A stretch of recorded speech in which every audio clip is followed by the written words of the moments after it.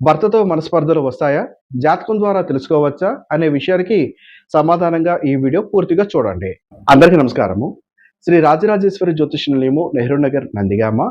నాకు వచ్చినటువంటి ప్రశ్నలలో ప్రస్తుతము మీ ముందుకు ఒక ప్రశ్న తీసుకొస్తున్నాను. భర్తతో మనస్పర్ధలు వస్తాయా? జాతకంలో తెలుసుకోవచ్చా? అని అడుగుతున్నారు. కాకపోతే నాకు స్పష్టత లేదు. ఏమిటంటే ఇది నాకు పంపించినటువంటి సోదరి వివాహం అయిన తర్వాత అడుగుతుందా?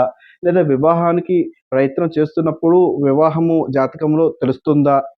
ఇటువంటి సమస్యలకు ఎటువంటి పరిష్కారం ఉంటుంది అని అడుగుతుందా అనేది తెలియటం లేదు. కాకపోతే ఈ ప్రశ్నకైతే సమాధానం చెప్తున్నాను.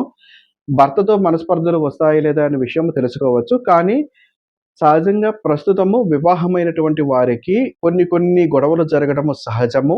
1కి 10 రోజులు లేదా నెల, 2 నెలల పాటు కూడా మాట్లాడుకోకుండా ఉండి ఒకటైన వారు కూడా ఉంటారు.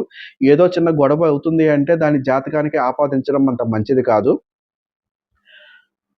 వాస్తవికంగా కొన్ని విషయాలు మీరు గమనించుకోండి. మీకు వివాహమైన తర్వాత సుమారు ఒక 2 సంవత్సరాలు అయినప్పటికీ కూడా బాగా గొడవలు అవుతున్నాయంటే అప్పుడు జాతకము చూపించుకోవడము మంచిది. కొందరు విషయం ఏమిటంటే, వివాహమైనటువంటి 6 మాసాల వరకు కూడా ఎటువంటి గొడవలు ఉండవు. తదుపరి గొడవలు మొదలవుతూ ఉంటాయి. కొందరకు 6 మాసాల వరకు గొడవలు అవుతూనే ఉంటాయి. తదుపరి గొడవలు అవ్వవు. చక్కగా ఉంటూ ఉంటారు. ఇట్టి విషయాన్ని పూర్తిగా జాతకము చూపించుకునే క్రమంలోనే తెలుసుకోవాలి. అంటే వివాహానికి పూర్వము వివాహ జాతక పొంతన ఏదైతే ఉంటుందో, అంటే కాబోయే పెళ్ళికొడుకు, పెళ్లి కూతురులు ఎవరైతే ఉంటారో వారి జాతకాలు ఒక దగ్గర పెట్టుకొని మనస్పర్ధలు వస్తాయా? మానసికంగా ఎలా ఉంటారు? ఎటువంటి ధోరణి ఉంటుందనే విషయము క్షుణ్ణంగా పరిశీలించిన పిదప మాత్రమే తగు నిర్ణయాలు తీసుకోవాలి. ప్రతి సమస్యకు మాత్రము జాతకానికి ఆపాదించవచ్చు. 2 సంవత్సరాలు దాటుతుంది.